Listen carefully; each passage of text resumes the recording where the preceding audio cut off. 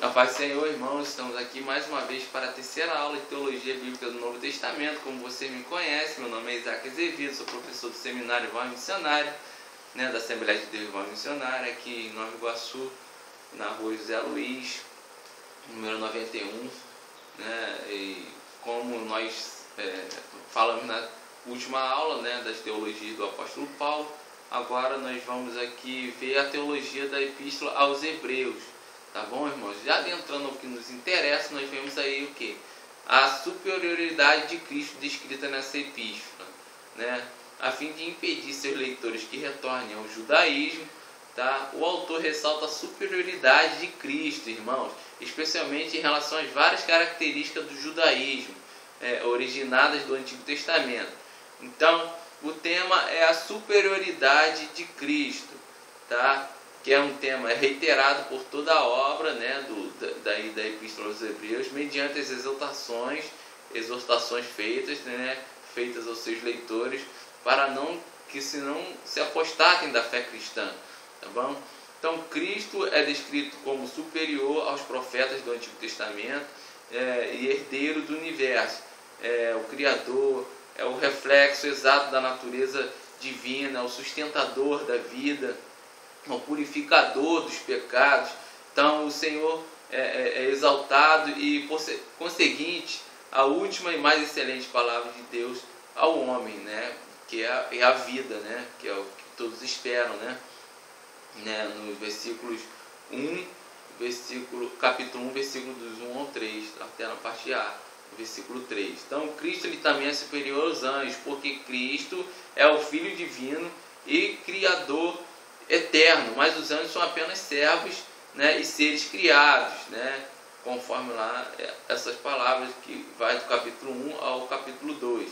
Então é mistério que ele tivesse, irmãos, tornado um ser a fim de estar qualificado como aquele que por sua morte pudesse elevar o homem a um estado de santificação, de chegar ao céu. Então Cristo ele é superior a Arão e aos seus sucessores no ofício do sumo sacerdócio, no ofício sacerdotal e tudo mais. E ele é o autor da Epístola aos Hebreus. Ele primeiramente destaca aí dois pontos semelhantes entre os sacerdócios araônicos e Jesus Cristo. Então, a primeira semelhança era o que, irmãos?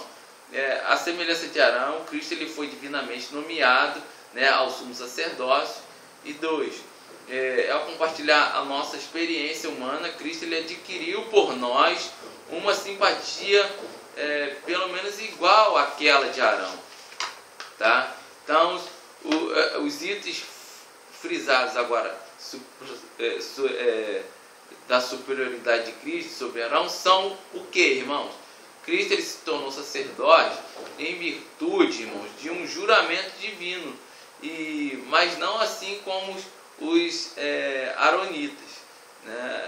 Cristo ele é eterno, ao passo que os aronitas morriam e tinham de ser substituídos. Essa é a diferença de superioridade sacerdotal.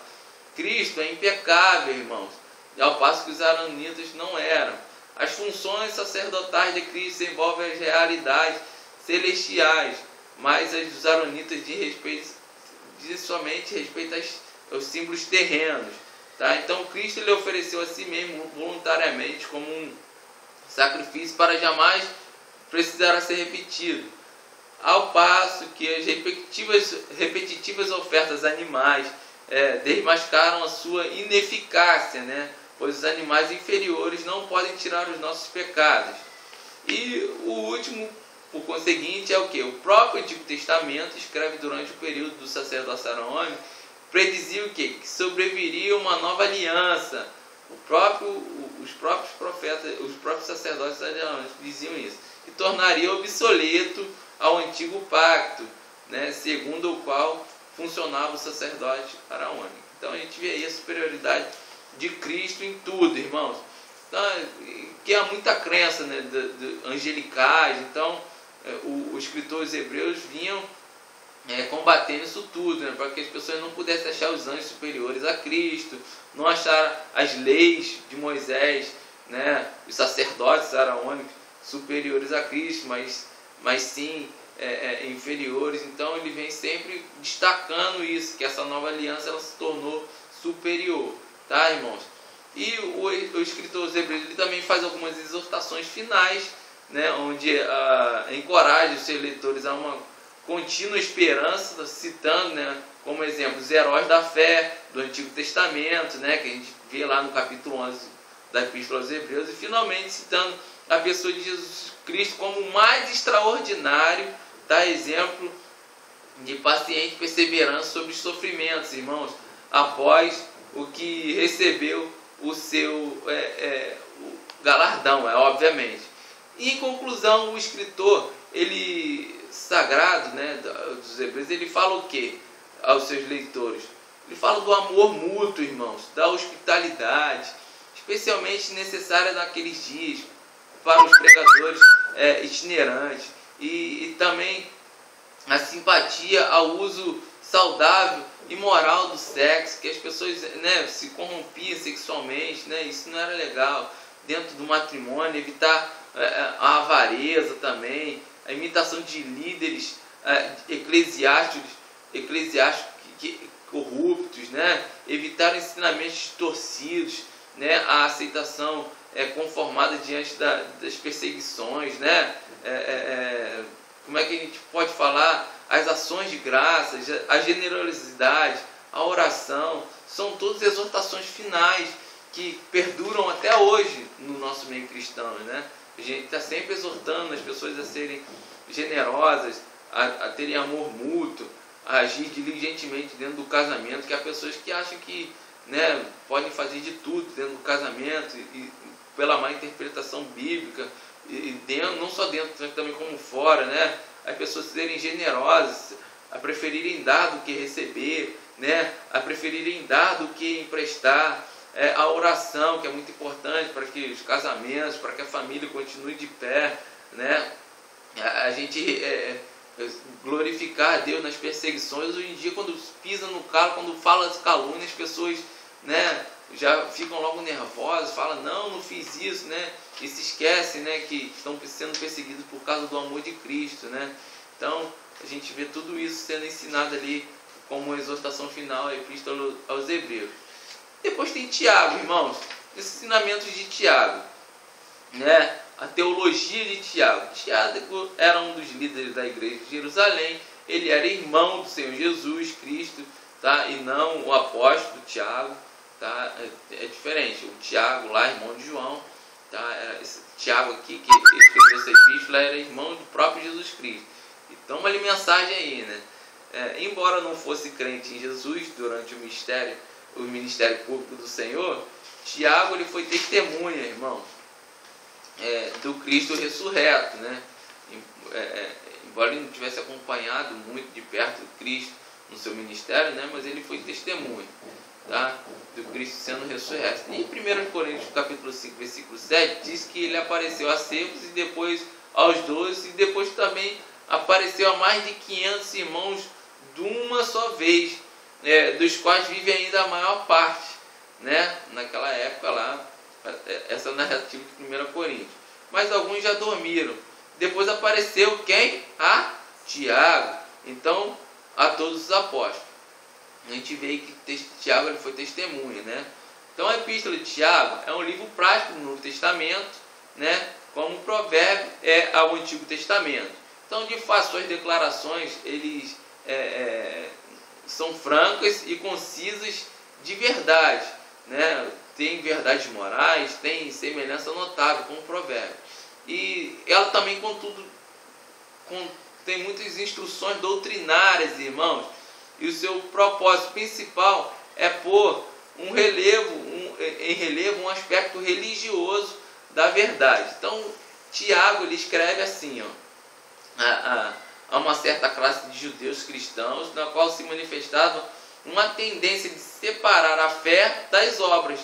Então, eles pretendiam ter a fé, mas existia entre eles uma incidência sobre uma provação, né, de contendas, de acepção de pessoas e tudo mais, difamações e mundanismo. Então, Tiago ele explica o quê?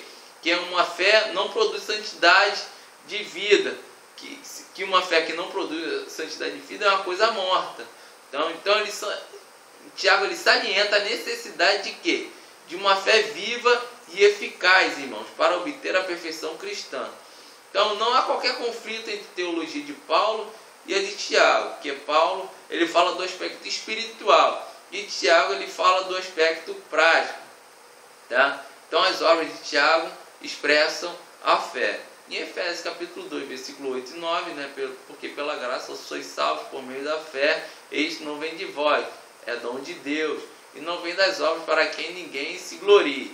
E Tiago no capítulo 2, versículo 14, versículo 17, diz assim: que proveito há, meus irmãos, se alguém disser que tiver fé e não tiver obras, né? Porventura essa fé pode salvá-los? Assim também a fé, se não tiver obras, é morta em si mesma. Né? Então a epístola de Tiago encontrou algumas dificuldades, né, para adquirir lugar no cânon do Novo Testamento, e vejamos quais foram. Né? A brevidade da epístola, sua natureza prática e não doutrinária. Né? Então o fato de Tiago não ser um dos apóstolos foi um dos obstáculos, né, que eles encontraram. Tá? A incerteza da identidade de Tiago, né, se era realmente irmão de Cristo ou não, e a aparente contradição com a doutrina paulina da fé, né? E essa é uma aparente contradição, mas ela superou isso tudo e entrou para o cânon bíblico. E assim a gente termina, né, a teologia de Tiago e entra na teologia da epístola de Judas, irmãos. Judas ele se identifica como irmão de Tiago e dessa maneira também era irmão de Jesus, mas por modéstia ele descreveu a si mesmo como um servo de Jesus Cristo, irmãos. Então Judas ele tinha tensionado escrever um tratado doutrinário, mas a infiltração da igreja por parte de falsos mestres o compelira a alterar a natureza da sua epístola para uma exortação em defesa da verdade do Evangelho, irmãos. Então ele enfatiza a fé como dom de Deus, né? O Espírito Santo como fonte de vida e poder para o crente, e uma vida de santidade como dever de cada filho de Deus, e Cristo como o juiz, irmãos. Então Judas no versículo 6, ele diz assim: aos anjos que não guardaram o seu principado, mas deixaram sua própria habitação, ele os tem reservado em prisões eternas na escuridão, para o juízo do grande dia. Tá vendo? Então, os anjos que caíram, irmãos, quem são estes personagens? Os anjos que pecaram, como Lúcifer, né? com Lúcifer. E eles se encontram com as algemas eternas. Então, o lugar preparado para o diabo e seus anjos. Né? Esse lugar aí que Judas descreve. Então, essa carta ela foi escrita para exortar e animar os crentes, né, a batalharem pela fé, lembrando-se dos castigos recebidos pelos ímpios no passado e pelos anjos também, obviamente, né? Os abusos no campo da fé, eles serão castigados, como ocorreu com os anjos que caíram, né? E a santificação do crente é um dever. Então a epístola de Judas ele fala sobre muito isso, sobre o poder, sobre santificação, né? Como dever, né, para a gente não pecar.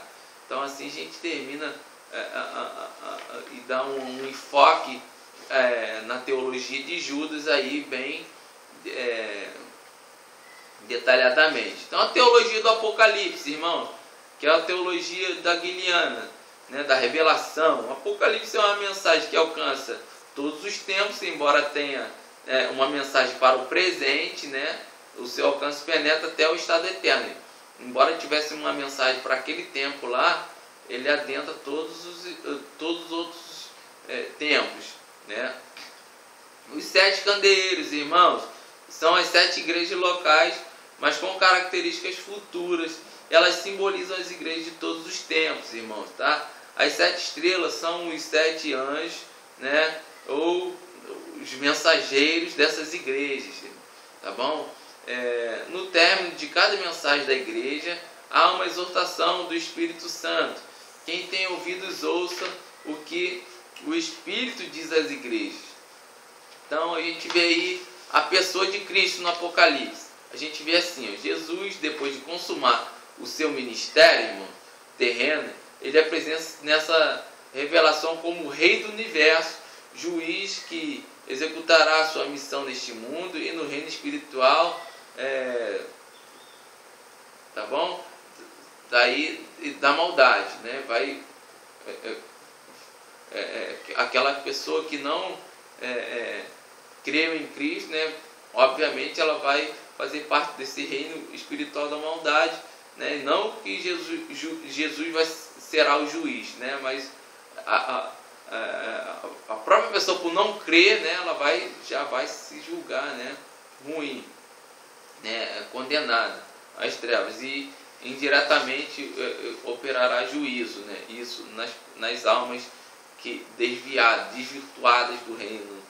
Então, no reino das trevas de Satanás, que é o reino espiritual da maldade, né? Então, a humanidade sem Cristo, ela passará pelo vale escuro da tribulação, e os que lhe pertencem serão redimidos e viverão na pátria celestial com Cristo, irmão, por toda a eternidade. Então, a gente deve deixar as razões, né, as filosofias, e prestar bem atenção nisso, que o Apocalipse ele é bem taxativo, né? A exortação de Deus, ela não pode criar um sentimento de rancor, de negação, de ódio, de não concordar, porque Deus ele redarga, ele exorta aquele que ama. Então, se Deus ele exorta a toda a humanidade, é porque ele ama toda a humanidade. Se ele alerta toda a humanidade, né, como um pai alerta um filho a não colocar a mão no fogo, né, não entrar no fogo, né, na tomada, não beber alguma coisa que vai fazer mal, assim é Deus nos alertando em relação às coisas vindouras que acontecerão, que condenarão o mundo eternamente. Então Jesus Cristo, em sua revelação entre as igrejas, né, e o envio das mensagens dessas igrejas, identifica o quê? Se como o príncipe dos reis da terra, diante do qual todo joelho se dobrará, né, o primogênito dos mortos, né, a fiel testemunha, aquele que nos ama, ele também revela a grande tribulação que há de envolver a terra antes do seu reino milenar, tá? Ele revela o estado eterno e a nova Jerusalém, tá? Jesus é o herdeiro do trono conforme as escrituras sagradas, né? A vitória mencionada é incontestável. A Bíblia, em seus primeiros capítulos, ela nos fala da criação do homem, da sua queda e do pecado, enquanto o Criador anunciava os castigos que deveriam envolver, né, Satanás e o homem. Ele prometeu um Redentor vitorioso que restauraria também todas as coisas, né? E a trajetória do Apocalipse, ele nos revela a redenção e a glória dos remidos, esse cumprimento dessa profecia que aconteceu lá no princípio, lá no Gênesis, né? Então, memorando, aí eu fiz aqui um memorando aqui, como uma forma aqui para, como se fosse para Jesus, tá vendo? Memorando, para Jesus, o filho de José e Maria, assim, oficina de carpintaria, 25.922, Nazaré, Judéia, né? Tipo uma data assim.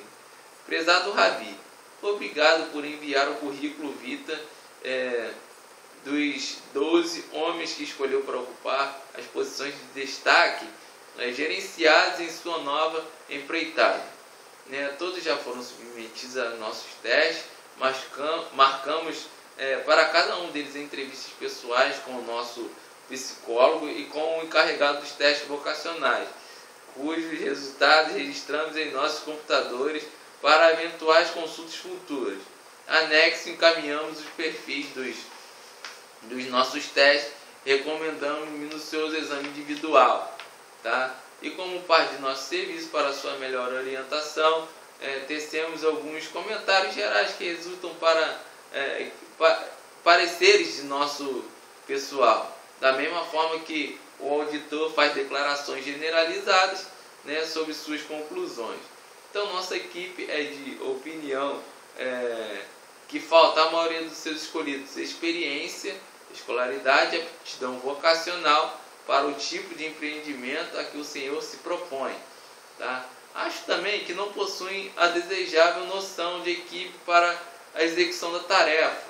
Todos deixam a desejar na questão do cuidado e aparência pessoal. Tá? Então recomendamos que continue a procurar pessoas com experiência em gerenciamento e que apresentem capacidade comprovada. Simão Pedro é emocionalmente instável, sujeito a explosões intempestivas. André não possui absolutamente nenhuma capacidade de liderança. Os dois irmãos, Tiago e João, filhos de Zebedeu, eles colocam o interesse pessoal acima da lealdade à empresa. João é uma pessoa excessivamente humilde, dificilmente conseguirá demonstrar autoridade sobre as outras pessoas. Sentimos informar que Mateus faz parte da lista negra do Departamento de Negócios de Jerusalém. Tiago, filho de Alfeu, bem como Tadeu, possuem definitivamente inclinações radicais. Ambos atingiram uma elevada marca na escala de maníaco depressivo. Tomé demonstra uma atitude de dúvida que poderia abalar o estado de espírito do grupo.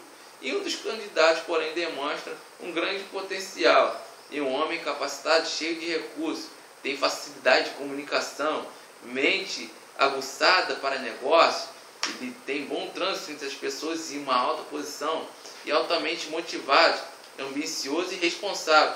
Recomendamos Judas Iscariotes como seu controlador e braço direito. Os demais perfis, eles são explanatórios. Desejamos-lhe sucesso em seu novo empreendimento, está vendo? Então aqui é como se estivesse falando, né, recomendando a Judas é o mais que mais vai lhe ajudar a você completar aí o seu bem, o seu intento, né, que é morrer na cruz, né? E assim a gente faz esse breve relato assim, né, para terminarmos descontraídamente, já que a gente nunca termina dessa forma descontraída assim, tá bom, irmãos? Assim a gente fecha a teologia sistemática do Novo Testamento. Fiquem com Deus, fiquem na paz do Senhor. Até a próxima aula, que será de heresiologia 1.